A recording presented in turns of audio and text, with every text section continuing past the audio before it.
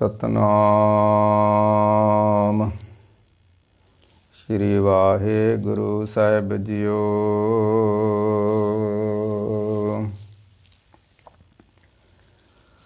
ਨਾਉ ਕਰਤਾ ਕਾਦਰ ਕਰੇ, ਕਿਉ ਬੋਲ ਹੋਵੇ ਜੋ ਖੀਮ ਦੇ।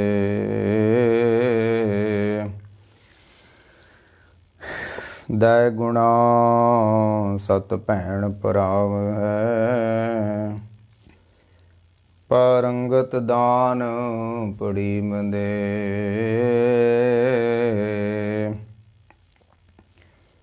ਨਾਨਕ ਰਾਜ ਚਲਾਇਆ, ਨਾਨਕ ਰਾਜ ਚਲਾਇਆ, ਸਤਕੋਟ ਸਤਾਣੀ ਨੀਮ ਦੇ। ਲੈਣੇ ਧਰਿਓ ਸਤ ਸਿਰ, ਕਰ ਸਿਫਤੀ ਅੰਮ੍ਰਿਤ ਦੀ ਪੀਮੰਦੇ। ਮਤ ਗੁਰ ਆਤਮ ਦੇਵ ਦੀ, ਖੜਗ ਜੋਰ ਪਰਾਉ ਕੋਏ ਜੀਵਨ ਦੇ। ਗੁਰ ਚੇਲੇ ਰਹਿ ਰਾਸ ਕੀ, ਨਾਨਕ ਸਲਾਮਤ ਥੀਮ ਦੇ। ਸੈ ਟਿੱਕਾ ਦਿੱਤੋਸ ਜੀਵਨ ਦੇ। ਲੈਣੇ ਦੀ ਫਰਾਈ ਐ, ਨਾਨਕਾ ਦੋਹੀ ਖੱਟੀਏ।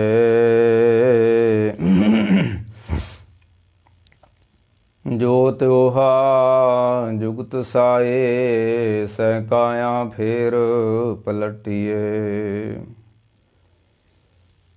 ਚੁਲੇ ਸੋ ਸਤ ਨਰੰਜਣੀ, ਮਲ ਤਖਤ ਬੈਠਾ ਸੈ ਹਟੀਏ। ਕਰੇ ਜੇ ਗੁਰ ਫਰਮਾਇਆ, ਸਿਲ ਜੋਗ ਅਲੂਣੀ ਚੱਟੀਏ। ਲੰਗਰ ਚਲੇ ਗੁਰ ਸ਼ਬਦ,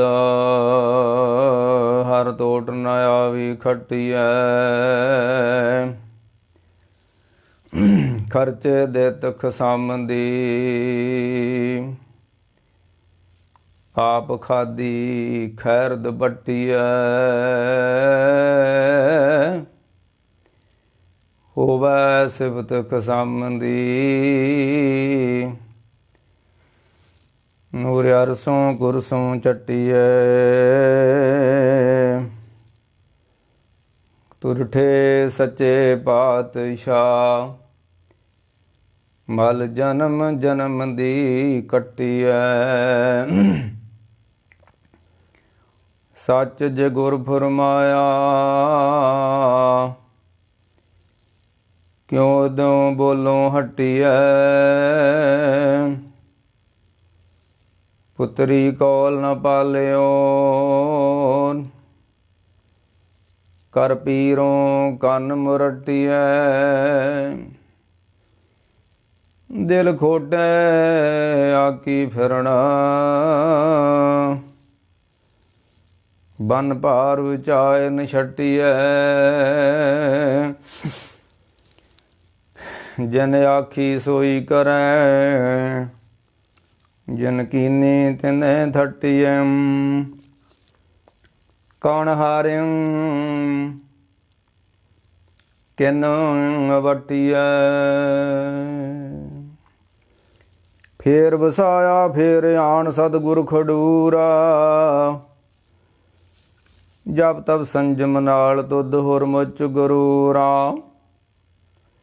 ਲੱਭ ਬਣਾਹੇ ਮਾਨਸਾ, ਜੋ ਪਾਣੀ ਬੂਰੈ।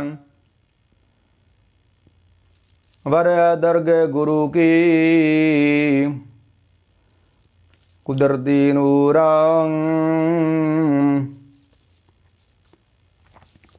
ਜਿਤ ਸਾਥ ਨ ਲੱਭਈ, ਤੂੰ ਉਹ ਠਰੂਰਾ।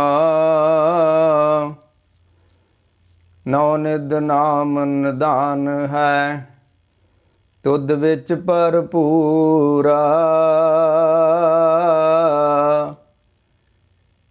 ਨਿੰਦਾ ਤੇਰੀ ਜੋ ਕਰੈ।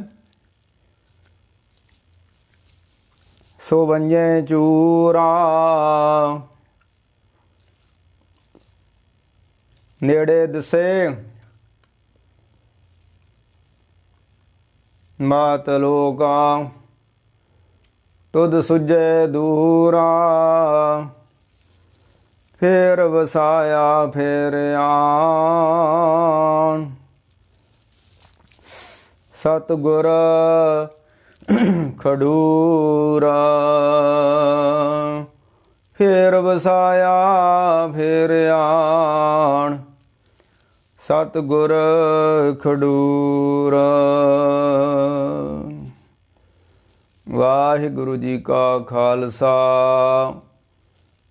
ਵਾਹਿਗੁਰੂ ਜੀ ਕੀ ਫਤਿਹ। ਪਰਮ ਸਤਿਕਾਰਯੋਗ ਗੁਰੂ ਪਿਆਰੀ ਗੁਰੂ ਸਵਾਰੀ ਸਾਧ ਸੰਗਤ ਜੀ, ਧੰਨ ਗੁਰੂ ਅੰਗਦ ਦੇਵ ਸੱਚੇ ਪਾਤਸ਼ਾਹ ਜੀ ਮਹਾਰਾਜ, ਜਿਨ੍ਹਾਂ ਦੀ ਜੀਵਨ ਗਾਥਾ ਆਰੰਭ ਕੀਤੀ ਹੋਈ ਹੈ ਔਰ ਪਿਛਲੇ ਭਾਗ ਦੇ ਵਿੱਚ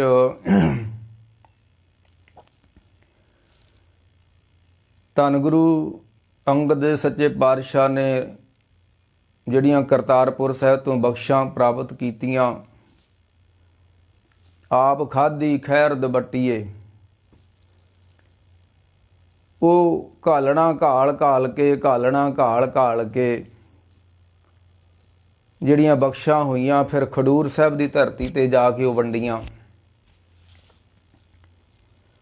ਤੇ ਪਿਛਲੀ ਵਾਰੀ ਆਪਾਂ ਵਿਚਾਰ ਕੀਤੀ ਸੀ ਵੀ ਧੰਨ ਗੁਰੂ ਅੰਗਦ ਦੇ ਸੱਚੇ ਪਾਤਸ਼ਾਹ ਮਹਾਰਾਜ ਨੇ ਪਰਮੇਸ਼ਰ ਨੂੰ ਮਿਲਣ ਦਾ ਇੱਕ ਤਰੀਕਾ ਦੱਸਿਆ ਸੀ ਕਿ ਪਰਮੇਸ਼ਰ ਕਿੱਥੋਂ ਮਿਲਦਾ। ਤੇ ਮਹਾਰਾਜ ਨੇ ਉਦੋਂ ਬਚਨ ਕੀਤਾ ਸੀ ਵੀ ਅੱਠੀਂ ਪੈਰੀਂ ਅੱਠ ਖੰਡ ਨਾਵਾਂ ਖੰਡ ਸਰੀਰ, ਤਿਸ ਚ ਨੌ ਨਿਧ ਨਾਮ ਇੱਕ ਭਾਲੇ ਗੁਣੀ ਗਹੀਰ।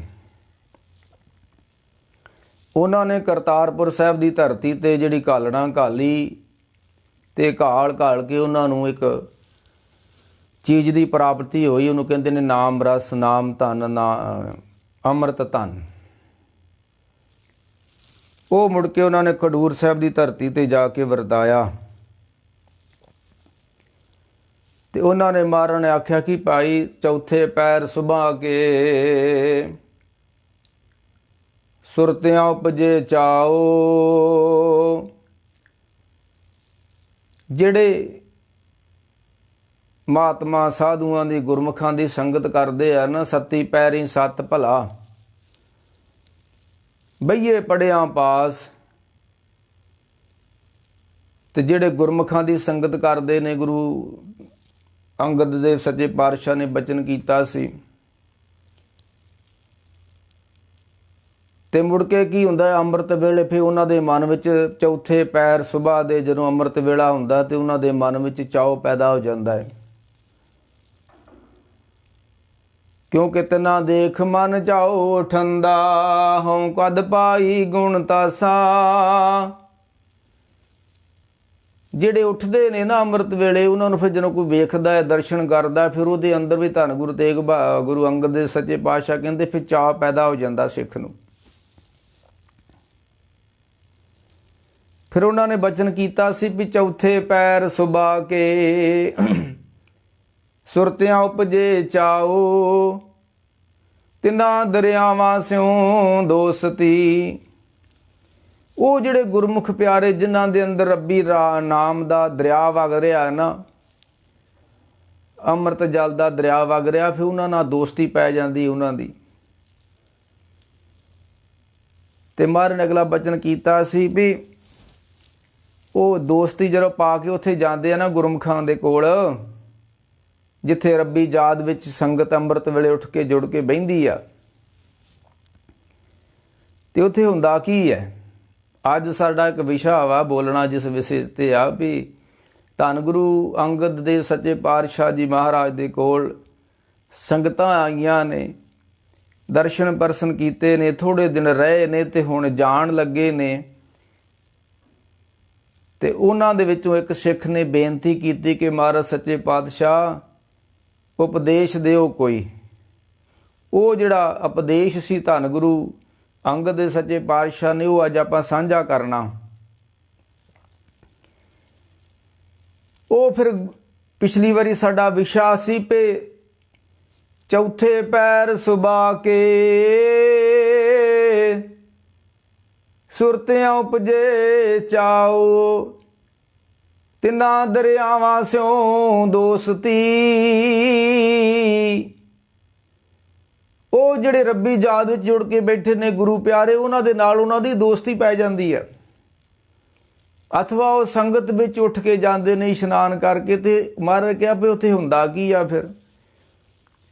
ਉੱਥੇ ਅੰਮ੍ਰਿਤ ਵੰਡੀਐ, ਉੱਥੇ ਅੰਮ੍ਰਿਤ ਵੰਡੀਐ। ਉੱਥੇ ਕੁਛ ਵੰਡਿਆ ਜਾਂਦਾ ਹੈ ਤੇ ਗੁਰਮੁਖ ਉਸ ਅੰਮ੍ਰਿਤ ਦੇ ਪਿਆਸੇ ਹੁੰਦੇ ਨੇ, ਭੁੱਖੇ ਹੁੰਦੇ ਨੇ, ਫਿਰ ਉਹ ਛਕਣ ਜਾਂਦੇ ਨੇ ਸੰਗਤ ਵਿੱਚ। ਆ ਹੁਣ ਦੁਨੀਆ ਭੁੱਖੀ ਆ ਨਾ, ਤੇ ਲੋਕੀ ਵੰਡਦੇ ਫਿਰਦੇ ਆ, ਜਿਹੜਾ ਸਿਸਟਮ ਚੱਲਣ ਦਿਆ। ਤੇ ਜਿਨ੍ਹਾਂ ਦੇ ਅੰਦਰ ਫਿਰ ਮਹਾਰਾਜ ਕਹਿੰਦੇ ਆ ਨਾਮ ਦੀ ਭੁੱਖ ਹੁੰਦੀ ਆ ਨਾ, ਉਹਨਾਂ ਨੂੰ ਪਤਾ ਹੁੰਦਾ ਵੀ ਇਹ ਜਿਹੜੀ ਮੇਰੀ ਪਿਆਸ ਵਾ ਨਾ ਅੰਦਰ ਦੀ ਨਾਮ ਜਲ ਪੀਣ ਦੀ, ਇਹ ਸੰਗਤ ਵਿੱਚ ਜਾ ਕੇ ਬੁੱਝਣੀ ਹੈ। ਉੱਥੇ ਅੰਮ੍ਰਿਤ ਵੰਡੀ ਹੈ, ਉੱਥੇ ਅੰਮ੍ਰਿਤ ਵੰਡੀ ਹੈ। ਉੱਥੇ ਸੰਗਤ ਵਿੱਚ ਫਿਰ ਅੰਮ੍ਰਿਤ ਵੰਡਿਆ ਜਾਂਦਾ। ਪਰ ਮਹਾਰਾਜ ਨੇ ਅਗਲਾ ਬਚਨ ਕੀਤਾ ਸੀ, ਕਰਮੀ ਹੋਏ ਪਸਾਓ। ਪਰ ਕਰਮਾਂ ਭਾਗਾਂ ਵਾਲਿਆਂ ਨੂੰ ਉਹ ਅੰਮ੍ਰਿਤ ਵੇਲੇ ਦਾ ਅੰਮ੍ਰਿਤ ਮਿਲਦਾ। ਤੇ ਮਹਾਰਾਜ ਕਹਿੰਦੇ ਜਿਹੜਾ ਫਿਰ ਉਸ ਅੰਮ੍ਰਿਤ ਨੂੰ ਪੀ ਲੈਂਦੇ ਨੇ, ਹੁੰਦਾ ਕੀ ਆ? ਕੰਚਨ ਕਾਇਆ ਕੱਸੀਐ, ਕੰਚਨ ਕਾਇਆ ਕੱਸੀਐ।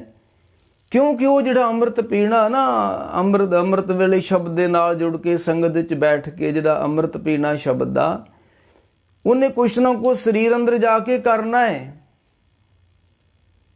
ਪਾਣੀ ਪੀਂਦੇ ਪਿਆਸ ਬੁੱਝ ਜਾਂਦੀ ਆ, ਰੋਟੀ ਖਾਂਦੇ ਆ ਭੁੱਖ ਬੁੱਝ ਜਾਂਦੀ ਆ, ਕੋਈ ਨਸ਼ਾ ਕਰ ਲੈਂਦਾ ਨਸ਼ਾ ਚੜ ਜਾਂਦਾ। ਤੇ ਜਿਹੜਾ ਅੰਮ੍ਰਿਤ ਪੀਂਦਾ ਹੈ, ਸਾਹਿਬ ਕਹਿੰਦੇ ਨੇ ਕੰਚਨ ਕਾਇਆ ਕੱਸੀਐ, ਕੰਚਨ ਕਾਇਆ ਕੱਸੀਐ। ਉਹਦੀ ਜਿਹੜੀ ਸਰੀਰ ਵਾ ਨਾ, ਇਹ ਕੰਚਨ ਕਾਇਆ ਕੱਸੀਏ। ਉਹ ਜਦੋਂ ਦੋ ਘੁੱਟ ਕੋ ਪੀਂਦਾ ਨਾ, ਫਿਰ ਇਹ ਸਰੀਰ ਨਹੀਂ ਰਹਿ ਜਾਂਦਾ, ਕਿਉਂਕਿ ਉਹ ਅੰਮ੍ਰਿਤ ਪੀ ਗਿਆ। ਜਿਹੜਾ ਸ਼ਬਦ ਨਾਲ ਜੁੜ ਕੇ ਸੰਗਤ 'ਚ ਬੈਠ ਕੇ ਵਾਹਿਗੁਰੂ ਵਾਹਿਗੁਰੂ ਵਾਹਿਗੁਰੂ ਜਿਹੜਾ ਕਰ ਗਿਆ। ਉਹ ਜਿੱਦਾਂ ਭਗਤ ਨਾਮਦੇਵ ਜੀ ਨੇ ਕਿਹਾ ਨਾ ਵੀ 70 ਦੋਏ ਭਰੇ ਅੰਮ੍ਰਿਤਸਰ ਬਿਖ ਕੋ ਮਾਰ ਕਢਾਵੋ ਗੋ। ਭਗਤ ਨਾਮਦੇਵ ਜੀ ਕਹਿੰਦੇ ਨੇ ਜਦੋਂ ਕੋਈ ਅੰਦਰ ਦਾ ਅੰਮ੍ਰਿਤ ਪੀਂਦਾ ਨਾ ਸੰਗਤ ਵਿੱਚ ਬੈਠ ਕੇ, ਤੇ 70 ਦੋਏ, ਔਰ ਸਾਡੇ ਸਰੀਰ ਦੇ ਅੰਦਰ 72 ਨਾੜੀਆਂ ਵਾ। ਤੇ ਉਹ ਭਗਤ ਜੀ ਕਹਿੰਦੇ ਨੇ ਇਹ ਅੰਮ੍ਰਿਤ ਨਾਲ ਭਰ ਜਾਂਦੀਆਂ ਸਾਰੀਆਂ ਹੀ। 70 ਦੋਏ ਭਰੇ ਅੰਮ੍ਰਿਤਸਰ ਬਿਖ ਕੋ ਮਾਰ ਕਢਾਵੋ ਗੋ। ਫਿਰ ਜ਼ਹਿਰ ਇਹ ਸਰੀਰ ਚੋਂ ਬਾਹਰ ਹੋ ਜਾਂਦੀ ਜਦੋਂ ਉੱਥੇ ਸੰਗਤ 'ਚ ਬੈਠ ਕੇ ਅੰਮ੍ਰਿਤ ਪੀਂਦਾ। ਮਾਰ ਕਹਿੰਦੇ ਕੰਚਨ ਕਾਇਆ ਕੱਸੀਏ, ਵੰਨੀ ਚੜੇ ਚੜਾਓ। ਜੇ ਹੋਵੇ ਨਦਰ ਸ਼ਰਾਬ ਕੀ, ਫਿਰ ਬੌੜ ਨਾ ਪਾਈ ਤਾਓ। ਮਾਰ ਕਹਿੰਦੇ ਜਿੱਦਣ ਫਿਰ ਕੋਈ ਸੰਗਤ 'ਚ ਬੈਠ ਕੇ ਘਾਲਣਾ ਘਾਲੀ ਜਾਂਦਾ ਹੈ, ਕਿਉਂਕਿ ਗੁਰੂ ਅੰਗਦ ਸਾਹਿਬ ਦਾ ਆਪਣਾ ਤਜਰਬਾ ਹੈ। ਉਹਨਾਂ ਨੇ ਕਰਤਾਰਪੁਰ ਸਾਹਿਬ ਘਾਲਣਾ ਘਾਲੀ, ਤੇ ਉਹ ਹੁਣ ਸੰਗਤਾਂ ਨੂੰ ਕਹਿ ਰਹੇ ਵੀ ਜੇ ਹੋਵੇ ਨਦਰ ਸਰਾਫ ਕੀ, ਬੌੜ ਨਾ ਪਈਏ ਤਾਓ। ਜਿੱਦਣ ਉਸ ਸਰਾਫ ਦੀ, ਰੱਬ ਦੀ, ਗੁਰੂ ਦੀ ਨਿਗਾਹ ਹੋ ਜਾਂਦੀ ਹੈ ਨਾ ਘਾਲਣ ਵਾਲਿਆਂ ਨੂੰ, ਫਿਰ ਮਹਾਰਾਜ ਕਹਿੰਦੇ ਫਿਰ ਕੋਈ ਲੋੜ ਨਹੀਂ ਪੈਂਦੀ ਘਾਲਣ ਦੀ। ਪਰ ਐਵੇਂ ਕੋਈ ਪਹਿਲੋਂ ਹੀ ਕੋਈ ਆਖ ਦੇ ਕਿ ਮੈਨੂੰ ਲੋੜ ਕੋਈ ਨਹੀਂ ਹੈ, ਐਸੀ ਬਾਤ ਨਹੀਂ ਹੈ। ਉਹ ਜਿਹੜਾ ਅਸੀਂ ਸ਼ਬਦ ਪੜ੍ਹਦੇ ਆ ਨਾ ਮਹਾਰਾਜ ਦਾ ਕਿ ਕਿਆ ਸਵਣਾ ਕਿਆ ਜਾਗਣਾ, ਗੁਰਮੁਖ ਤੇ ਪਰਵਾਨ। ਉਹ ਜਿਹੜੇ ਜਿਨ੍ਹਾਂ ਤੇ ਨਜ਼ਰ ਹੋ ਜਾਂਦੀ, ਰਹਿਮਤਾਂ ਬਖਸ਼ਾਂ ਹੋ ਜਾਂਦੀਆਂ, ਮਹਾਰਾਜ ਕਹਿੰਦੇ ਨੇ ਉਹਨਾਂ ਨੂੰ ਮੁੜ ਕੇ ਕੋਈ ਘਾਲਣਾ ਨਹੀਂ ਘਾਲਣੀ ਪੈਂਦੀ। ਗੁਰੂ ਅਮਰਦਾਸ ਨੇ 12 ਸਾਲ ਘਾਲਣਾ ਘਾਲੀ ਨਾ, ਤੇ ਉਹਨਾਂ ਨੇ ਮੁੜ ਕੇ ਕਿਹਾ, ਪਾਇਆ ਨਾਮ ਨਿਧਾਨ ਜਿਸ ਨੂੰ ਭਾਲਦਾ, ਮੈਨੂੰ ਉਹ ਚੀਜ਼ ਲੱਭ ਗਈ ਆ ਜਿਹਨੂੰ ਮੈਂ ਲੱਭਦਾ ਫਿਰਦਾ ਸੀ। ਅਗਰ ਇਸ ਧਰਤੀ ਤੋਂ ਕਿਸੇ ਨੂੰ ਅੰਦਰੋਂ, ਸਰੀਰ ਅੰਦਰੋਂ ਕੋਈ ਨਾਮ ਨਾ ਲੱਭਿਆ ਤੇ ਹੋਰ ਬੜਾ ਕੁਛ ਲੱਭ ਵੀ ਗਿਆ ਤੇ ਕੱਖ ਨਹੀਂ ਹੈ, ਕੱਖ ਨਹੀਂ ਹੈ। ਸਾਹਿਬ ਨੇ ਕਿਹਾ, ਪਾਇਆ ਨਾਮ ਨਿਧਾਨ ਜਿਸ ਨੂੰ ਭਾਲਦਾ, ਜਿਹਨੂੰ ਮੈਂ ਲੱਭ ਰਿਹਾ ਸੀ ਉਹ ਮੈਨੂੰ ਪ੍ਰਾਪਤ ਹੋ ਗਿਆ। ਧੰਨ ਗੁਰੂ ਅਮਰਦਾਸ ਜੀ ਕਹਿੰਦੇ ਨੇ, ਤੇ ਜੋਤ ਮਿਲੀ ਸੰਗ ਜੋਤ, ਜੋਤ ਮਿਲੀ ਸੰਗ ਜੋਤ, ਰਿਆ ਘਾਲਦਾ, ਰਿਆ ਘਾਲਦਾ। ਉਹ ਜਿਹੜੀ ਮੈਂ ਘਾਲਣਾ ਘਾਲ ਰਿਹਾ ਸੀ ਹੁਣ ਰਹਿ ਗਿਆ, ਹੁਣ ਖਤਮ ਹੋ ਗਈ ਘਾਲਣਾ। ਕਿਉਂ? ਹੁਣ ਦੂਸਰਾ ਹੈ ਹੀ ਕੋਈ ਨਹੀਂ ਗਾ ਘਾਲਣਾ। ਘਾਲਣੀ ਕਿਲੇ ਜੋਤ ਨਾਲ ਜੋਤ ਮਿਲ ਗਈ, ਹੁਣ ਕਿਸੇ ਘਾਲਣਾ ਦੀ ਲੋੜ ਕੋਈ ਨਹੀਂ ਹੈ। ਪਰ ਜਿੰਨਾ ਚਿਰ ਜੋਤ ਨਾਲ ਜੋਤ ਨਹੀਂ ਮਿਲਦੀ, ਅੰਦਰੋਂ ਅੰਮ੍ਰਿਤ ਨਹੀਂ ਮਿਲਦਾ, ਉਹਨਾਂ ਚਿਰ ਤਾਂ ਵੱਡੀਆਂ ਵੱਡੀਆਂ ਘਾਲਣਾ ਮਹਾਂਪੁਰਖਾਂ ਨੂੰ ਘਾਲਣੀਆਂ ਪੈਂਦੀਆਂ। ਤਾਂ ਇਹ ਸੀ ਪਿਛਲੀ ਵਾਰੀ ਸਾਡਾ ਜਿਹੜਾ ਕਿ ਚੌਥੇ ਪੈਰ ਸੁਬਾ ਕੇ ਸੁਰਤਿਆਂ ਉਪਜੇ ਤਿਆਓ, ਤਿੰਨਾਂ ਦਰਿਆਵਾਂ ਸਿਉ ਦੋਸਤੀ, ਮਨਮੁਖ ਸੱਚਾ ਨਾਉ। ਉੱਥੇ ਅੰਮ੍ਰਿਤ ਵੰਡੀਏ, ਸੰਗਤ ਵਿੱਚ ਅੰਮ੍ਰਿਤ ਵੰਡਿਆ ਜਾਂਦਾ ਹੈ। ਕਿਉਂਕਿ ਅੱਜ ਸਾਡੀਆਂ ਸੰਗਤ ਨਹੀਂ ਰਹੀ, ਇਹ ਇੱਕ ਜੰਗ ਦੇ ਅਖਾੜੇ ਬਣ ਗਏ ਨੇ। ਸੰਗਤ ਵਿੱਚ ਆਹ ਗੱਲਾਂ ਨਹੀਂ ਹੋਣੀਆਂ ਚਾਹੀਦੀਆਂ ਜਿਹੜੀਆਂ ਹੋ ਰਹੀਆਂ ਨੇ। ਸਤ ਸੰਗਤ ਕੈਸੀ ਜਾਣੀਏ, ਜਿੱਥੇ ਇੱਕੋ ਨਾਮ ਵਿਖਾਣੀਏ। ਨਾਮ ਨੂੰ ਜਪਣਾ, ਨਾਮ ਨੂੰ ਧਿਆਉਣਾ, ਅੰਮ੍ਰਿਤ ਰਸ ਪੀਣਾ, ਇਹ ਸੰਗਤ ਦਾ ਮਨੋਰਥ ਸੀ। ਇਸ ਤੋਂ ਇਲਾਵਾ ਇਹ ਕਾਨਫਰੰਸਾਂ ਨੇ, ਇਹ ਪਾਰਟੀਆਂ ਬਾਜ਼ੀਆਂ ਨੇ, ਸੰਗਤਾਂ ਨਹੀਂ ਸਾਡੀਆਂ ਹੁਣ ਰਹੀਆਂ। ਇਹ ਧੜੇ ਬੰਦੀਆਂ ਹੋ ਗਈਆਂ ਨੇ ਤੇ ਸੰਗਤਾਂ ਵਿੱਚ ਕੈਸੀਆਂ ਬਾਤਾਂ ਹੋ ਰਹੀਆਂ ਨੇ। ਤੇ ਦੁਨੀਆ ਸਹਿਮਤ ਆ ਉਸ ਨਾਲ। ਸਾਹਿਬ ਕਿਰਪਾ ਕਰਨ। ਉਹ ਧੰਨ ਗੁਰੂ ਅੰਗਦ ਦੇ ਸੱਚੇ ਪਾਤਸ਼ਾਹ ਮਹਾਰਾਜ ਖਡੂਰ ਸਾਹਿਬ ਦੀ ਧਰਤੀ ਉੱਤੇ ਬੈਠੇ ਹੋਏ ਨੇ ਤੇ ਸੰਗਤਾਂ ਦੀ ਆਵਾਜਾਈ ਲੱਗੀ ਹੋਈ ਆ। ਕਿਉਂਕਿ ਗੁਰੂ ਨਾਨਕ ਸਾਹਿਬ ਸੱਚੇ ਪਾਤਸ਼ਾਹ ਕਰਤਾਰਪੁਰ ਸਾਹਿਬ ਦੀ ਧਰਤੀ ਤੇ ਸਰੀਰ ਛੱਡ ਜਾਂਦੇ ਨੇ ਤੇ ਨਾਨਕ ਰਾਜ ਚਲਾਇਆ, 7 ਕੋਟ ਸਤਾਣੀ ਨੀਮ ਦੈ, ਲੈਣੇ ਧਰਿਓ 7 ਸਿਰ ਕਰ ਸਿਫਤੀ ਅੰਮ੍ਰਿਤ ਪੀਮ ਦੇ। ਉਹ ਗੁਰੂ ਨਾਨਕ ਦੇਵ ਸੱਚੇ ਪਾਤਸ਼ਾਹ ਨੇ ਜਿਹੜਾ ਰਾਜ ਚਲਾਇਆ ਸੀ, ਉਹਦਾ ਦੂਸਰਾ ਬਾਦਸ਼ਾਹ ਸੀ ਲਹਿਣਾ। ਨਾਨਕ ਰਾਜ ਚਲਾਇਆ, 7 ਕੋਟ ਸਤਾਣੀ ਨੀਮ ਦੇ। ਉਹ ਫਿਰ ਜਦੋਂ ਗੁਰੂ ਨਾਨਕ ਸੱਚੇ ਪਾਤਸ਼ਾਹ ਸਰੀਰ ਛੱਡ ਜਾਂਦੇ ਨੇ ਕਰਤਾਰਪੁਰ ਸਾਹਿਬ ਦੀ ਧਰਤੀ ਤੋਂ, ਤੇ ਸੰਗਤਾਂ ਹੁਣ ਫਿਰ ਕਰਤਾਰਪੁਰ ਨੂੰ ਛੱਡ ਕੇ, ਕਿਉਂਕਿ ਦਿੱਤਾ ਛੋੜ ਕਰਤਾਰਪੁਰ, ਬੈਠ ਖਡੂਰੇ ਜੋਤ ਜਗਾਈ, ਬੈਠ ਖਡੂਰੇ ਜੋਤ ਜਗਾਈ। ਦਿੱਤਾ ਛੋੜ ਕਰਤਾਰਪੁਰ। ਤੇ ਉਹ ਜਿਹੜਾ ਨਾਮ ਦਾ ਵਰਤ ਵਰਤਾਰਾ ਕਰਤਾਰਪੁਰ ਸਾਹਿਬ ਹੁੰਦਾ ਸੀ, ਸੰਗਤਾਂ ਨੂੰ ਨਾਮ ਜਲ ਦੇ ਗੱਫੇ ਛਕਾਏ ਜਾਂਦੇ ਸੀ, ਉਹ ਹੁਣ ਖਡੂਰ ਸਾਹਿਬ ਦੀ ਧਰਤੀ ਉੱਤੇ ਕੰਮ ਹੋਣ ਲੱਗ ਪਿਆ। ਤੇ ਜਿਹੜੇ ਅੰਦਰ ਦੇ ਪਿਆਸੇ ਸੀ ਨਾਮ ਜਲ ਦੇ, ਰੱਬੀ ਤੜਫ ਰੱਖਣ ਵਾਲੇ ਸੀ, ਰੱਬੀ ਆਸ਼ਿਕ ਸੀ, ਜਿਹੜੇ ਸੱਚ ਨੂੰ ਖੋਜਣਾ ਚਾਹੁੰਦੇ ਸੀ, ਸੱਚ ਨੂੰ ਮਿਲਣਾ ਚਾਹੁੰਦੇ ਸੀ, ਉਹਨਾਂ ਨੇ ਫਿਰ ਕਰਤਾਰਪੁਰ ਸਾਹਿਬ ਦੀ ਬਜਾਏ ਫਿਰ ਖਡੂਰ ਸਾਹਿਬ ਜਾਣਾ ਸ਼ੁਰੂ ਕਰ ਦਿੱਤਾ। ਤੇ ਉੱਥੇ ਬਹੁਤ ਵੱਡਾ ਸਤਸੰਗ ਚੱਲਦਾ ਹੈ। ਸੰਗਤਾਂ ਆਉਂਦੀਆਂ ਜਾਂਦੀਆਂ ਨੇ। ਇੱਕ ਦਿਨ ਸੰਗਤਾਂ ਆਈਆਂ, ਉਹਦੇ ਵਿੱਚ ਇੱਕ ਪਿਓ ਤੇ ਨਾਲ ਪਿਤਾ ਹੈ। ਮਾਂ ਕਰਨਾ ਇੱਕ ਪੁੱਤ ਹੈ ਤੇ ਉਹਦਾ ਨਾਲ ਪਿਤਾ ਹੈ। ਭਾਈ ਗੁਰਦਾਸ ਨੇ ਉਹਨਾਂ ਦਾ ਨਾਂ ਲਿਖਿਆ। ਮੈਂ ਜਿੱਤੇ ਅੱਜ ਗੱਲ ਕਰਨੀ ਚਾਹੁੰਦਾ। ਭਾਈ ਗੁਰਦਾਸ ਜੀ ਲਿਖਦੇ ਨੇ, ਖਾਨੂ ਮਾਇਆ ਪਿਓ ਪੁੱਤ ਗੁਣ ਗਾਹਕ ਭੰਡਾਰੀ। ਇਹ ਖਾਨੂ ਤੇ ਮਾਇਆ ਗੁਰੂ ਅੰਗਦ ਸਾਹਿਬ ਸੱਚੇ ਪਾਤਸ਼ਾਹ ਦੇ ਕੋਲ ਆਉਂਦੇ ਨੇ ਖਡੂਰ ਸਾਹਿਬ ਦੀ ਧਰਤੀ ਉੱਤੇ। ਤੇ ਕੈਸਾ ਸਮਾਂ ਹੋਊਗਾ ਜਦੋਂ ਸੱਚੇ ਪਾਤਸ਼ਾਹ, ਕਿਉਂਕਿ ਗੁਰੂ ਨਾਨਕ ਸਾਹਿਬ ਨੇ ਆਖਿਆ ਸੀ, ਲੈਣਿਆ ਹੁਣ ਤੈਨੂੰ ਅਸੀਂ ਤਖਤ ਬਖਸ਼ਿਆ ਵਾ, ਤੂੰ ਹੁਣ ਭੁੰਜੇ ਨਹੀਂ ਬਹਿਣਾ, ਤਖਤ ਲਾ ਕੇ ਬਹਿਣਾ ਲੈਣਿਆ ਹੁਣ। ਤੇ ਤੂੰ ਚੰਦੋਵਾ ਲਾ ਕੇ ਤਖਤ ਲਾ ਕੇ ਤੇ ਬਾਦਸ਼ਾਹ ਵਾਂਗੂ ਬਹਿਣਾ ਹੈ। ਪੁਰਖਾ ਤੂੰ ਮੇਰੇ ਰਾਜ ਦਾ ਦੂਸਰਾ ਬਾਦਸ਼ਾਹ ਵਾਂ, ਤੂੰ ਬੜੀ ਘਾਲਣਾ ਘਾਲੀ ਆ, ਹੁਣ ਤੈਨੂੰ ਘਾਲਣਾ ਘਾਲਣ ਦੀ ਕੋਈ ਲੋੜ ਨਹੀਂ ਆ। ਹੁਣ ਸੰਗਤਾਂ ਤੇਰੇ ਦਰ ਤੇ ਆਣ ਕੇ ਘਾਲਣਾ ਘਾਲਿਆ ਕਰਨਗੀਆਂ, ਤੂੰ ਬਾਦਸ਼ਾਹ ਵਾਂਗੂ ਰਹਿਣਾ। ਹੁਣ ਉਹ ਫਿਰ ਸੱਚੇ ਪਾਤਸ਼ਾਹ ਦਰਬਾਰ ਲਾ ਕੇ ਬਹਿੰਦੇ ਨੇ। ਗੁਰੂ ਅੰਗਦ ਸੱਚੇ ਪਾਤਸ਼ਾਹ ਖਡੂਰ ਸਾਹਿਬ ਦੀ ਧਰਤੀ ਤੇ ਸੰਗਤਾਂ ਆਉਂਦੀਆਂ ਜਾਂਦੀਆਂ ਨੇ। ਤੇ ਭਾਈ ਗੁਰਦਾਸ ਜੀ ਕਹਿੰਦੇ ਨੇ ਇੱਕ ਦਿਨ ਸੰਗਤਾਂ ਆਈਆਂ ਤੇ ਉਹਦੇ ਵਿੱਚ ਇੱਕ ਪਿਓ ਹੈ ਤੇ ਨਾਲ ਉਹਦਾ ਪੁੱਤ ਹੈ, ਤੇ ਦੋਵੇਂ ਰੱਬੀ ਆਸ਼ਿਕ ਨੇ। ਐਸਾ ਹੁੰਦਾ ਨਹੀਂ ਗਾ, ਕਦੀ ਕਦੀ ਵਾਧੇ ਘਾਟੇ ਹੋ ਜਾਂਦੇ ਜ਼ਿੰਦਗੀ 'ਚ। ਤੇ ਭਾਈ ਜੀ ਗੁਰਦਾਸ ਜੀ ਕਹਿੰਦੇ ਨੇ ਖਾਨੂ ਮਾਇਆ ਪਿਓ ਪੁੱਤ ਗੁਣ ਗਾਹਕ ਭੰਡਾਰੀ। ਇਹ ਖਡੂਰ ਸਾਹਿਬ ਦੀ ਧਰਤੀ ਤੇ ਆਏ, ਦਰਸ਼ਨ ਕੀਤੇ ਗੁਰੂ ਅੰਗਦ ਸੱਚੇ ਪਾਤਸ਼ਾਹ ਮਹਾਰਾਜ ਜੀ ਦੇ। ਥੋੜੇ ਦਿਨ ਰਹੇ ਤੇ ਇਹ ਜਾਣ ਲੱਗੇ। ਸੰਗਤਾਂ ਰਹਿ ਕੇ ਥੋੜਾ ਦਿਨ ਮੁੜ ਕੇ ਆਪੋ ਆਪਣੇ ਘਰਾਂ ਨੂੰ ਕਾਰਾਂ-ਬਾਰਾਂ ਨੂੰ ਤੁਰ ਜਾਂਦੀਆਂ ਸੀ। ਇਹ ਜਿੱਦਣ ਤੁਰਨ ਲੱਗੇ ਨਾ, ਇਹ ਦੋਵੇਂ ਪਿਓ ਪੁੱਤ ਖਡੂਰ ਸਾਹਿਬ ਦੀ ਧਰਤੀ ਤੋਂ, ਤੇ ਇਹਨਾਂ ਆਖਿਆ ਮਹਾਰਾਜ ਸੱਚੇ ਪਾਤਸ਼ਾਹ ਕੋਈ ਉਪਦੇਸ਼ ਦਿਓ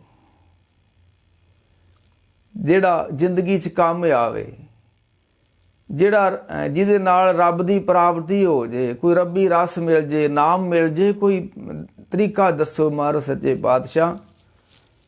ਧੰਨ ਗੁਰੂ ਅੰਗਦ ਦੇ ਸੱਚੇ ਪਾਤਸ਼ਾਹ ਕਹਿਣ ਲੱਗੇ ਭਾਈ ਜਿਸ ਤਰ੍ਹਾਂ ਇੱਕ ਬੀਜ ਹੁੰਦਾ ਹੈ ਨਾ, ਜੇ ਉਸ ਬੀਜ ਨੂੰ ਬੀਜ ਦਈਏ, ਕੋਈ ਵੀ ਬੀਜ ਹੋਵੇ, ਉਹ ਅੰਬ ਦਾ ਲੈ ਲਓ, ਆੜੂ ਦਾ ਲੈ ਲਓ, ਕੁਛ ਵੀ ਲੈ ਲਓ, ਜਿਹਦਾ ਮਰਜ਼ੀ ਬੀਜ ਲੈ ਲਓ।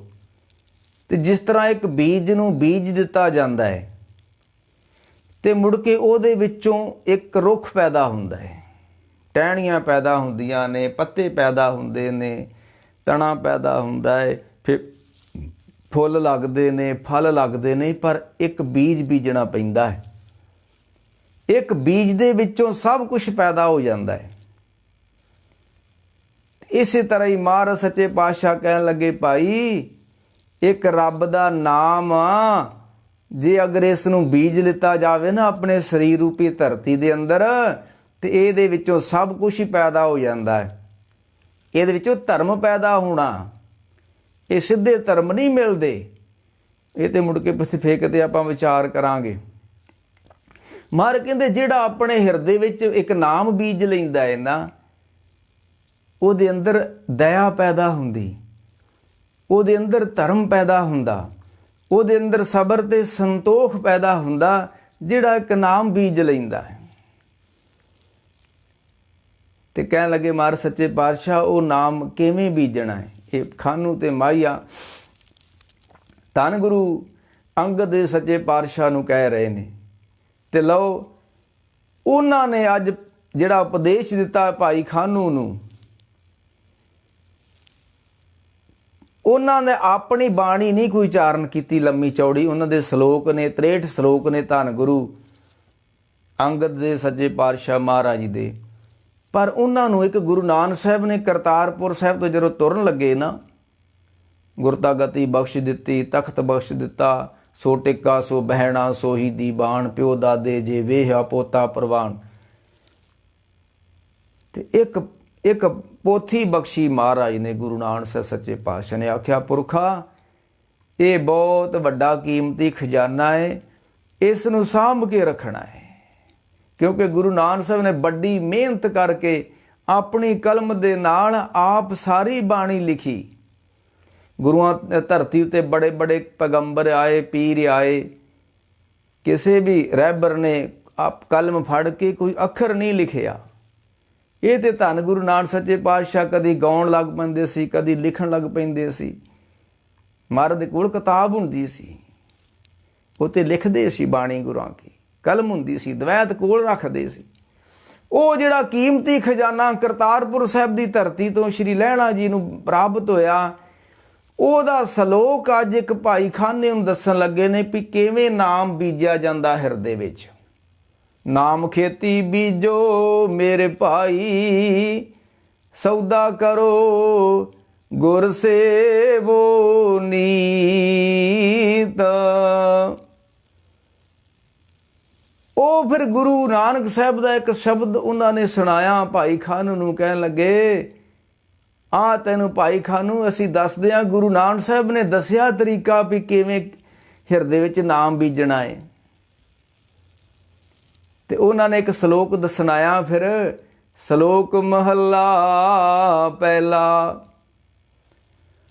ਸਬਾਹੀ ਸਲਾਹ ਜਿਨੀ ਧਿਆਇਆ ਇੱਕ ਮਨ। ਕਹਿਣ ਲੱਗੇ ਗੁਰੂ ਅੰਗਦ ਦੇ ਸੱਚੇ ਪਾਤਸ਼ਾਹ ਭਾਈ ਖਾਨੂ, ਇਹ ਰੱਬ ਦਾ ਜਿਹੜਾ ਨਾਮ ਆ ਨਾ, ਇਹ ਅੰਮ੍ਰਿਤ ਵੇਲੇ ਬੀਜਿਆ ਜਾਂਦਾ ਹੈ। ਇਹਦਾ ਵੇਲਾ ਵਾ ਅੰਮ੍ਰਿਤ ਵੇਲਾ। ਹੁਣ ਕਿੰਤੂ ਪਰੰਤੂ ਹੁੰਦਾ ਜੀ, ਅੰਮ੍ਰਿਤ ਵੇਲਾ ਕੋਈ ਹੁੰਦਾ ਹੀ ਨਹੀਂ ਗਾ। ਸਿੱਖੀ 'ਚ ਐਸੀਆਂ ਬਾਤਾਂ ਪਤਾ ਨਹੀਂ ਕਿਉਂ ਆ ਗਈਆਂ ਸਾਡੀ ਕੌਮ ਦੇ ਵਿੱਚ। ਤੇ ਕਹਿਣ ਲੱਗੇ ਸੱਚੇ ਪਾਤਸ਼ਾਹ, ਕਹਿਣ ਲੱਗੇ ਸਬਾਹੀ ਸਲਾਹ ਜਿਨੀ ਧਿਆਇਆ ਇੱਕ ਮਨ। ਕਹਿਣ ਲੱਗੇ ਰੱਬ ਦਾ ਨਾਮ ਹਿਰਦੇ ਵਿੱਚ ਬੀਜਣ ਦਾ ਇੱਕ ਸਮਾਂ ਵਾ। ਤੁਸੀਂ ਹੋਰ ਤੇ ਬਾਤ ਛੱਡੋ, ਆ ਧਰਤੀ ਉੱਤੇ ਖੇਤੀ ਬੀਜਣ ਦਾ ਇੱਕ ਸਮਾਂ ਹੀ ਆ। ਹੁਣ ਕਣਕਾਂ ਵੱਢਣ ਦੇ ਆ ਕਿ ਹੁਣ ਕਣਕਾਂ ਬੀਜਣੀਆਂ ਵਾ। ਜੇ ਇਸ ਧਰਤੀ ਉੱਤੇ ਕੋਈ ਖੇਤੀ ਬੀਜਣ ਦਾ ਸਮਾਂ ਹੈ ਨਾ, ਤੇ ਤਰਤ ਕਾਇਆ ਸਾਧ ਕੇ ਵਿੱਚ ਦੇ ਕਰਦਾ ਬੀਓ। ਤੇ ਇਹ ਸਰੀਰ ਅੰਦਰ ਵੀ ਉਹ ਰੱਬੀ ਨਾਮ ਬੀਜਣ ਦਾ ਕੋਈ ਸਮਾਂ ਅੰਕਿਤ ਕੀਤਾ ਗੁਰਾਂ ਨੇ। ਤੇ ਕਹਿਣ ਲੱਗੇ ਭਾਈ ਖਾਨੂ ਸਬਾਹੀ ਸਲਾਹ ਜਿਨੀ ਧਿਆਇਆ ਇੱਕ ਮਨ। ਕਹਿਣ ਲੱਗੇ ਭਾਈ ਖਾਨੂ ਅੰਮ੍ਰਿਤ ਵੇਲੇ ਉੱਠਣਾ ਤੇ ਇਸ਼ਨਾਨ ਕਰਕੇ ਇੱਕ ਮਨ ਇੱਕ ਚਿੱਤ ਹੋ ਕੇ ਰੱਬ ਦਾ ਨਾਮ ਤੇ ਹੋਣਾ। ਕਿਉਂਕਿ ਹਰ ਤਨ ਅੰਮ੍ਰਿਤ ਵੇਲੇ ਵੱਤੇ ਦਾ ਭਗਤ, ਹਰ ਤਨ ਅੰਮ੍ਰਿਤ ਵੇਲੇ ਵੱਤੇ ਕਾ ਬੀਜਿਆ ਭਗਤ ਖਾਏ ਖਰਚ ਰਹੇ ਨਖੁੱਟੇ ਨਹੀਂ। ਤੇ ਹੋਰ ਤੁਸੀਂ ਉਹ ਸ਼ਬਦ ਪੜ੍ਹਦੇ ਹੋ, ਬਬੀਹਾ ਅੰਮ੍ਰਿਤ ਵੇਲੇ ਬੋਲਿਆ ਤਾਂ ਦਰ ਸੁਣੀ ਪੁਕਾਰ, ਮੇਘੇ ਨੂੰ ਫਰਮਾਨ ਹੋਆ ਵਰਸੋ ਕਿਰਪਾ ਧਾਰ। ਤੇ ਕਹਿਣ ਲੱਗੇ ਸੱਚੇ ਪਾਤਸ਼ਾਹ, ਕਹਿਣ ਲੱਗੇ ਭਾਈ ਅੰਮ੍ਰਿਤ ਵੇਲੇ ਉੱਠਣਾ ਤੇ ਰੱਬ ਦਾ ਨਾਮ ਜਪਣਾ। ਸਬਾਹੀ ਸਲਾਹ ਜਿਨੀ ਧਿਆਇਆ ਇੱਕ ਮਨ, ਸਈ ਪੂਰੇ ਸ਼ਾਹ ਵਖਤੇ ਉੱਪਰ ਲੜ ਮੋਏ। ਕਹਿਣ ਲੱਗੇ ਇਹ ਅੰਮ੍ਰਿਤ ਵੇਲਾ ਇਹੋ ਜਿਹਾ ਇੱਕ ਸਮਾਂ ਹੁੰਦਾ ਜਦੋਂ ਲੜਨਾ ਹੁੰਦਾ ਆਪਣੇ ਆਪ ਨੂੰ। ਜਦੋਂ ਧਰਤੀ ਦਾ ਰੌਲਾ ਮੁੱਕ ਜਾਂਦਾ ਹੈ ਨਾ, ਅੰਮ੍ਰਿਤ ਵੇਲੇ ਮੁੱਕਾ ਹੁੰਦਾ। ਹੁਣ ਤੇ ਚਲੋ ਬੜੇ ਬੜੇ ਸਪੀਕਰ ਲੱਗ ਜਾਂਦੇ ਨੇ। ਅੰਮ੍ਰਿਤ ਵੇਲੇ ਬਹੁਤ ਕਹਾਣੀ ਵਿਗੜੀ ਹੋਈ ਹੈ।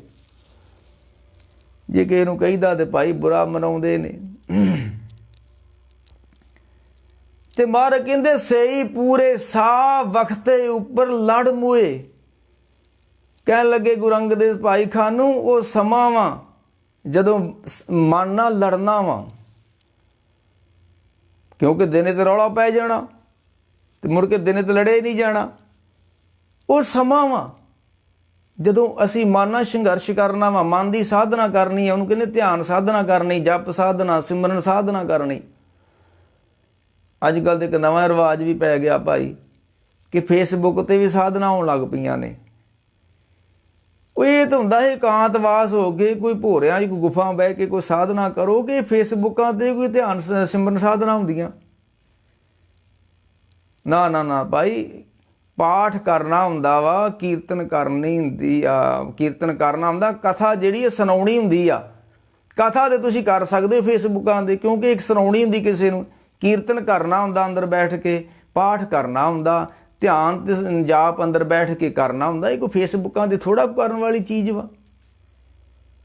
ਤੇ ਮਾਰ ਕਹਿੰਦੇ ਸੁਬਾਹੀ ਸਲਾਹ ਜਿਨੀ ਧਿਆਇਆ ਇੱਕ ਮਨ, ਸਈ ਪੂਰੇ ਸਾਹ ਵਖਤੇ ਉੱਪਰ ਲੜ ਮੋਏ।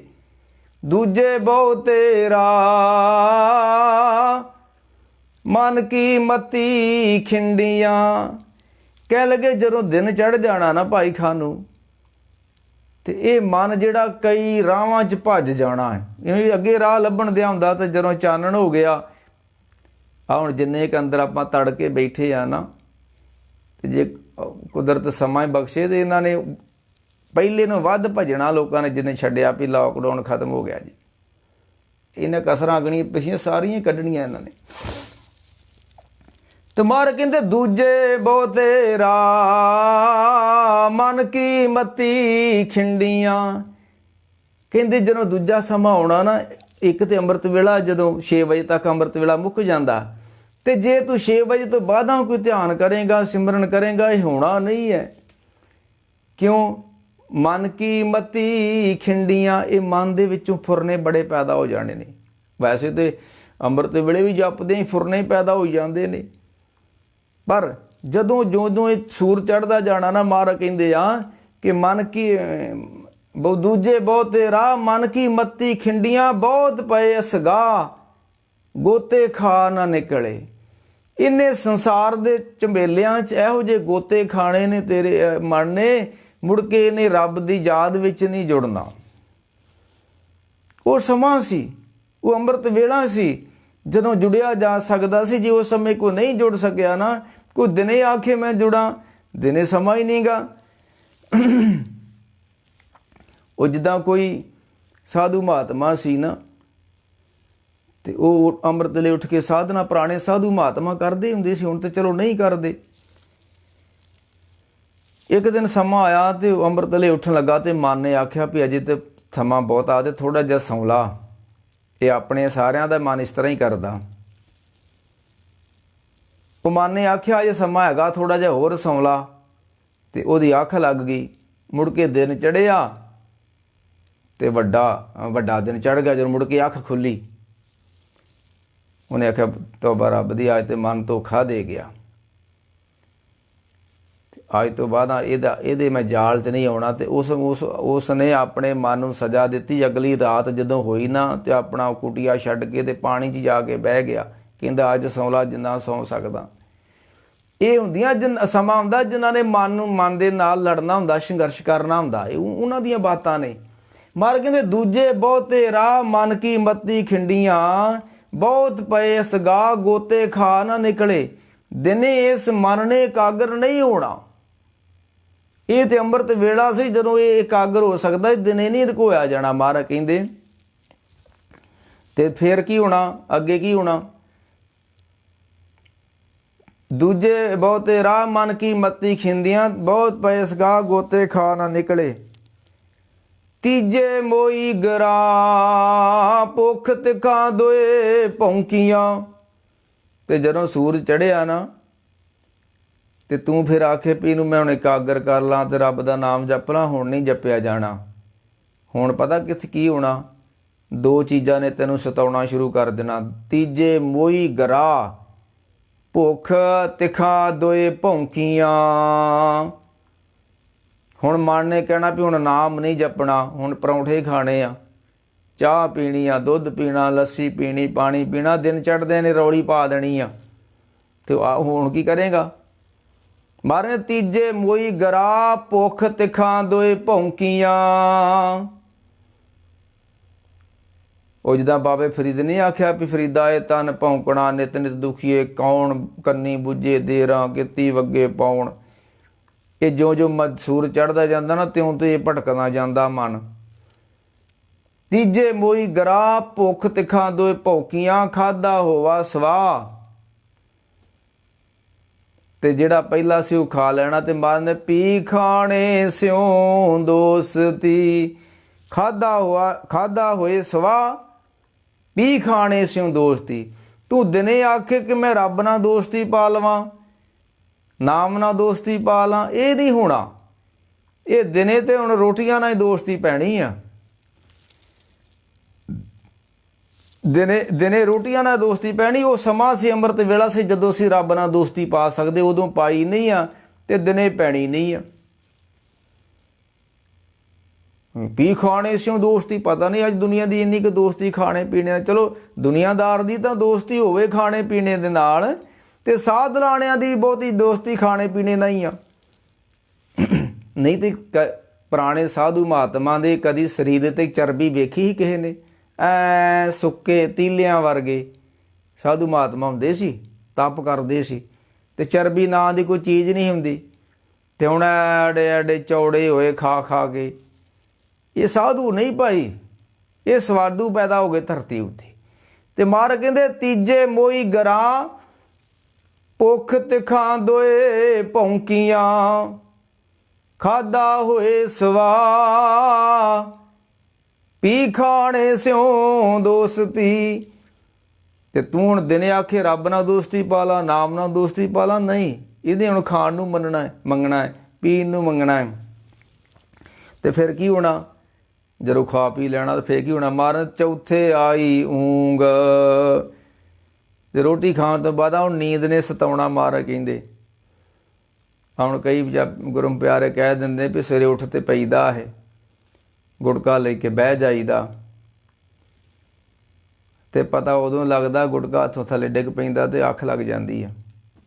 ਤੇ ਜਦੋਂ ਨੀਂਦ ਖੋਲਦੀ ਹੈ ਤੇ ਵੇਖੀਦਾ ਗੁਟਕਾ ਥੱਲੇ ਡਿੱਗਾ ਹੁੰਦਾ ਮਹਾਰਾਜ ਦਾ। ਇਹ ਕਿਉਂ ਹੁੰਦਾ?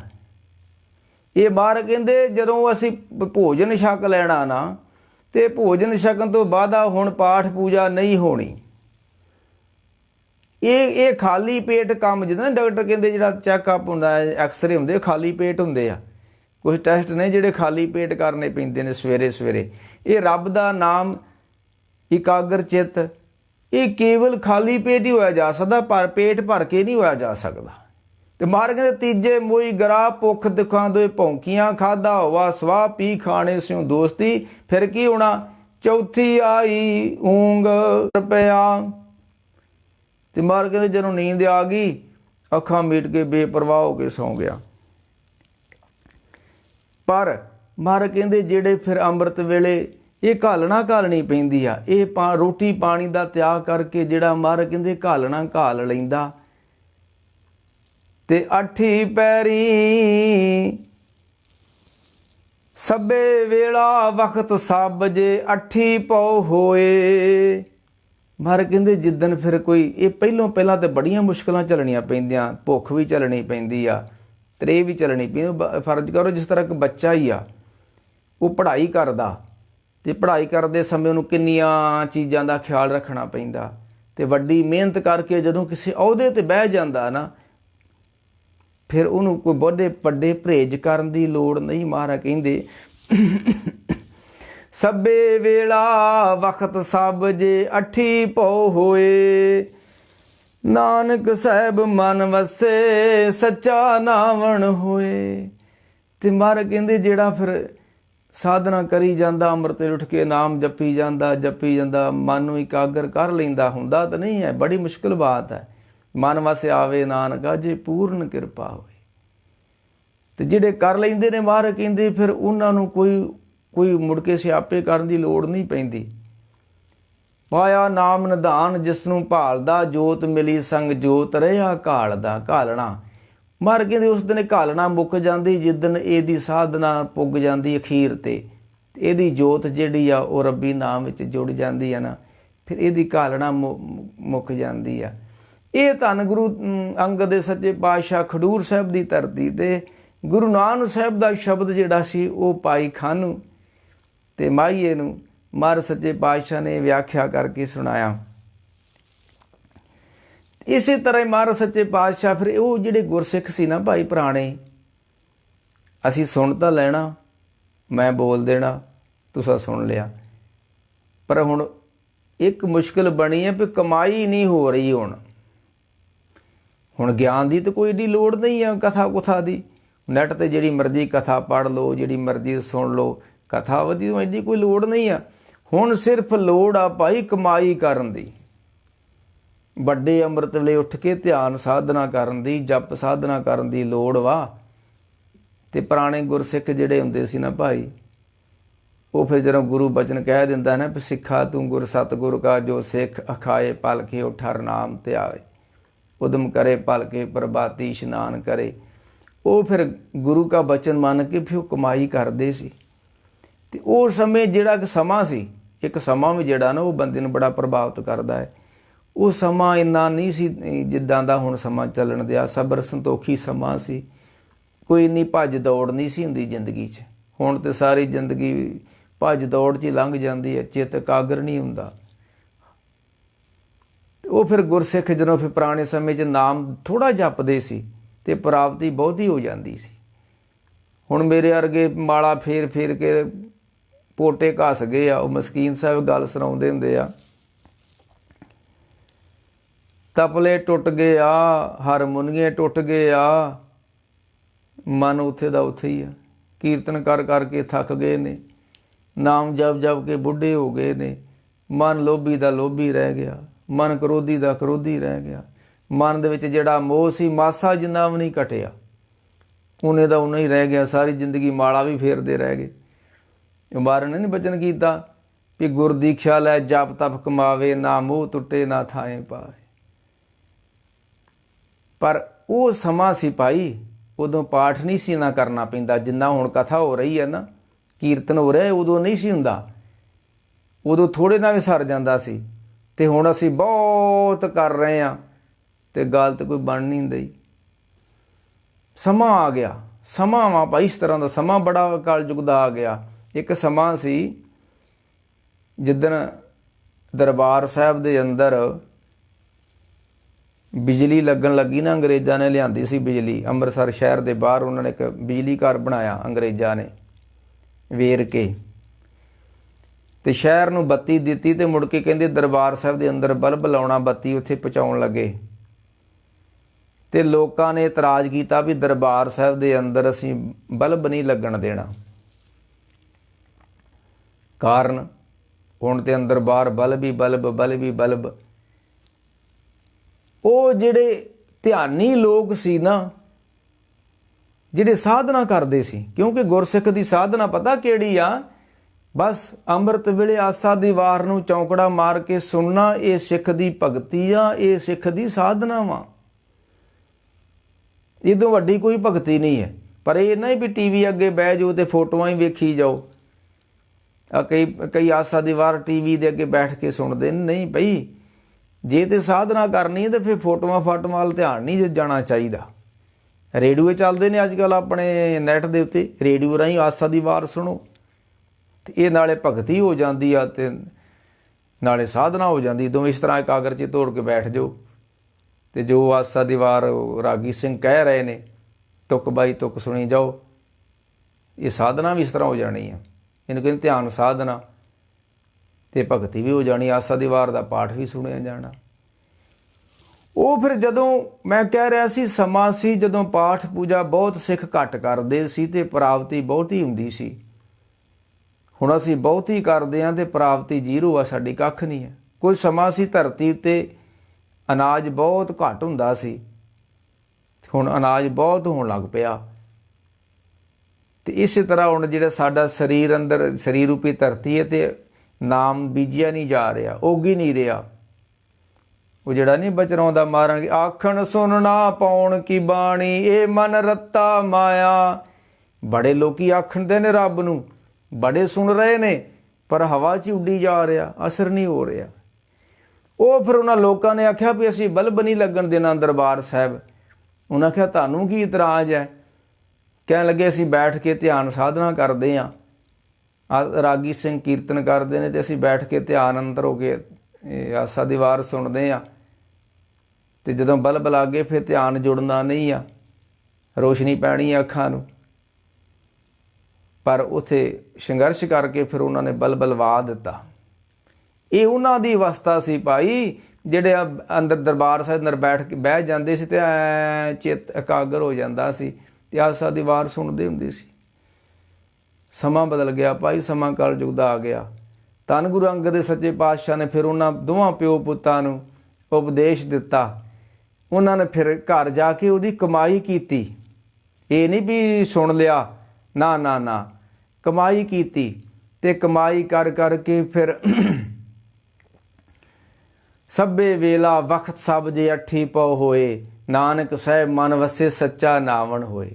ਫਿਰ ਉਹਨਾਂ ਨੂੰ ਐਸਾ ਰੰਗ ਲੱਗਾ ਨਾਮ ਦਾ, ਕਿਉਂਕਿ ਇਹ ਐਡੀ ਛੇਤੀ ਨਹੀਂ ਕੰਮ ਹੁੰਦਾ। ਬਾਣੀ ਕਹਿੰਦੀ ਵੀ ਰੰਗ ਲਾਗਤ ਲਾਗਤ ਲਾਗਤ ਹੈ, ਪਰਮ ਭਾਗਤ ਭਾਗਤ ਭਾਗਤ ਹੈ। ਸਮਾਂ ਤਾਂ ਲੱਗਦਾ ਰੰਗ ਲੱਗਦਿਆਂ ਨੂੰ, ਰੰਗ ਚੜ੍ਹਦਿਆਂ ਨੂੰ ਸਮਾਂ ਲੱਗਦਾ, ਪਰ ਚੜ੍ਹ ਜ਼ਰੂਰ ਜਾਂਦਾ। ਉਹ ਜਿਹੜਾ ਬਚਨ ਨਹੀਂ ਹੁੰਦਾ ਗੁਰੂ ਰਾਮਦਾਸ ਸੱਚੇ ਪਾਤਸ਼ਾਹ ਕਹਿੰਦੇ ਨੇ ਕਿ ਹਰ ਨਾਮਾ ਹਰ ਰੰਗ ਹੈ, ਹਰ ਰੰਗ ਮਜੀਠੇ ਰੰਗ ਗੁਰ ਉੱਠੇ, ਹਰ ਰੰਗ ਚਾੜਿਆ ਫਿਰ ਬੌੜ ਨਾ ਪਾਵੇ ਹੋਈ ਭੰਗ, ਮੇਰੇ ਮਨ ਹਰ ਰਾਮ ਨਾਮ ਕਰ ਰੰਗ। ਉਹ ਫਿਰ ਜਦੋਂ ਫਿਰ ਕੋਈ ਜਪਦਾ ਹੈ ਨਾ ਤੇ ਜਪ ਆਪਣਾ ਇੱਕ ਅਸਰ ਦਿਖਾਉਂਦਾ ਵਾ, ਕਿਉਂਕਿ ਸਿਮਰਨ ਜਦੋਂ ਕਿਸੇ ਨੇ ਕਰਨਾ ਉਹਨੇ ਕਰਨਾ ਤਾਂ ਹੈ ਕੁਛ ਨਾ ਕੁਛ, ਤੇ ਉਹ ਫਿਰ ਅੰਦਰ ਦੀ ਤਬਦੀਲੀ ਆ ਜਾਂਦੀ ਬੰਦੇ ਨੂੰ, ਅੰਦਰੋਂ ਰਸ ਮਿਲ ਜਾਂਦਾ ਹੈ, ਅੰਮ੍ਰਿਤ ਮਿਲ ਜਾਂਦਾ, ਫਿਰ ਸਬਰ ਸੰਤੋਖੀ ਬੰਦਾ ਬਣ ਜਾਂਦਾ। ਇਹ ਦੋਵਾਂ ਪਿਓ ਪੁੱਤਾਂ ਨੇ ਧੰਨ ਗੁਰੂ ਅੰਗਦ ਸੱਚੇ ਪਾਤਸ਼ਾਹ ਕੋ ਉਪਦੇਸ਼ ਲੈ ਕੇ ਫਿਰ ਆਪਣੇ ਘਰ ਗਏ। ਫਿਰ ਉੱਥੇ ਜਾ ਕੇ ਇਹਨਾਂ ਨੇ ਵੱਡੀ ਕਮਾਈ ਕੀਤੀ ਨਾਮ ਸਿਮਰਨ ਦੀ, ਦੋਵਾਂ ਪਿਓ ਪੁੱਤਾਂ ਨੇ। ਫਿਰ ਉੱਚੀ ਅਵਸਥਾ ਹੋ ਗਈ, ਸਭੇ ਵੇਲਾ ਵਕਤ ਸਭ ਜੇਠੀ ਪਉ ਹੋਏ, 8 ਪੈਰ ਹੀ ਇਹਨਾਂ ਨੂੰ ਰੰਗ ਲੱਗ ਗਿਆ ਤੇ ਨਾਨਕ ਸਾਹਿਬ ਮਨ ਵਸੇ। ਉਹ ਮਾਲਕ ਫਿਰ ਇਹਨਾਂ ਦੇ ਮਨ ਵਿੱਚ ਵਸਣ ਲੱਗ ਗਿਆ, ਸੱਚਾ ਨਾਵਣ ਹੋਏ। ਫਿਰ 24 ਘੰਟੇ ਨਹਾਉਣਾ ਹੋ ਜਾਂਦਾ ਹੈ, 8 ਪੈਰ ਫਿਰ ਭਾਉ ਲੱਗਾ ਰਹਿੰਦਾ। ਫਿਰ ਇਹਨਾਂ ਨੂੰ ਲੱਗ ਗਿਆ। ਫਿਰ ਭਾਈ ਗੁਰਦਾਸ ਨੇ ਇਹਨਾਂ ਦਾ ਜ਼ਿਕਰ ਕੀਤਾ ਵੀ ਜਿਹੜੇ ਗੁਰੂ ਕੋ ਉਪਦੇਸ਼ ਲੈ ਕੇ ਗਏ ਸੀ ਖਡੂਰ ਸਾਹਿਬ ਦੀ ਧਰਤੀ ਤੋਂ, ਉਹ ਫਿਰ ਪ੍ਰਵਾਨ ਹੋ ਗਏ ਗੁਰਸਿੱਖ। ਤੇ ਮਹਾਰਾਜ ਧੰਨ ਗੁਰੂ ਅੰਗਦ ਦੇ ਸੱਚੇ ਪਾਤਸ਼ਾਹ ਕਿਰਪਾ ਕਰਨ ਭਾਈ। ਹੋਰ ਖਡੂਰ ਸਾਹਿਬ ਦੀ ਧਰਤੀ ਉੱਤੇ ਕਿਹੜੀਆਂ ਕਿਹੜੀਆਂ ਬਖਸ਼ਾਂ ਕਿਹਨੂੰ ਹੋਈਆਂ। ਖਡੂਰ ਸਾਹਿਬ ਦੇ ਵਿੱਚ ਰਸੋਈਆ ਕੌਣ ਸੀ, ਖਡੂਰ ਸਾਹਿਬ ਵਿੱਚ ਬਾਣੀ ਲਿਖਣ ਦੀ ਕਿਹਦੀ ਡਿਊਟੀ ਲਵਾਈ, ਕਿਉਂਕਿ ਵੱਡਾ ਖਜ਼ਾਨਾ ਸੀ ਗੁਰੂ ਨਾਨਕ ਸਾਹਿਬ ਦਾ ਭਾਈ ਲਹਿਣਾ ਜੀ ਦੇ ਕੋਲ, ਉਹ ਖਡੂਰ ਸਾਹਿਬ ਲੈ ਕੇ ਗਏ। ਮੁੜ ਕੇ ਉਹਨਾਂ ਨੇ ਉੱਥੇ ਪੋਥੀਆਂ ਲਿਖ ਕੇ ਗੁਟਕੇ ਲਿਖ ਕੇ ਸੰਗਤਾਂ ਦੇ ਉੱਤੇ ਉਹ ਕਿਹੜੇ ਸਿੱਖ ਦੀ ਜ਼ਿੰਮੇਵਾਰੀ ਲਾਈ ਸੀ। ਇਹ ਸਭ ਕੁਝ ਭਾਈ ਗੁਰਦਾਸ ਜੀ ਨੇ ਆਪਣੀਆਂ ਵਾਰਾਂ 'ਚ ਉਹਨਾਂ ਸਿੱਖਾਂ ਦਾ ਜ਼ਿਕਰ ਕੀਤਾ। ਉਹ ਆਉਣ ਵਾਲੇ ਸਮੇਂ 'ਚ ਆਪ ਨਾਲ ਸਾਂਝਾ ਕੀਤਾ ਜਾਊਗਾ। ਧੰਨ ਗੁਰੂ ਅੰਗਦ ਦੇ ਸੱਚੇ ਪਾਤਸ਼ਾਹ ਮਾਰ ਰਹਿਮਤਾਂ ਬਖਸ਼ਾਂ ਕਰਨ। ਤੂੰ ਡਿੱਠੇ ਸੱਚੇ ਪਾਤਸ਼ਾਹ ਮਲ ਜਨਮ ਦੀ ਕੱਟੀਏ।